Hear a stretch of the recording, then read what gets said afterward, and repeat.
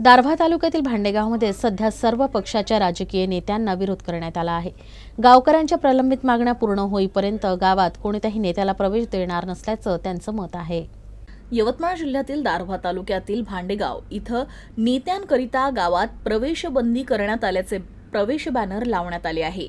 21 मार्च पासून भांडेगावात नेत्यांना प्रवेशबंदीचे बॅनर झळकले आहे।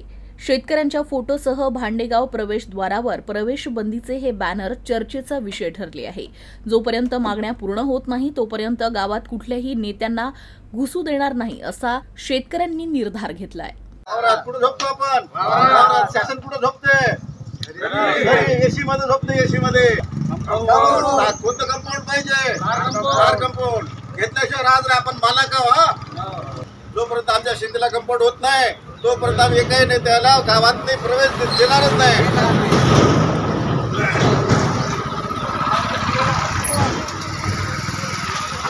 आज आम्ही गावातर्फे शेतकरी वर्गातर्फे नेत्यांची गावबंदी करीत आहोत।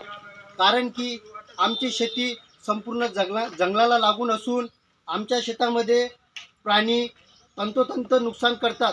दरवर्षी शेतामध्ये रातभर राबराब करून कोणत्याही शेतकऱ्यांच्या घरात भरघोस पीक येत नाही।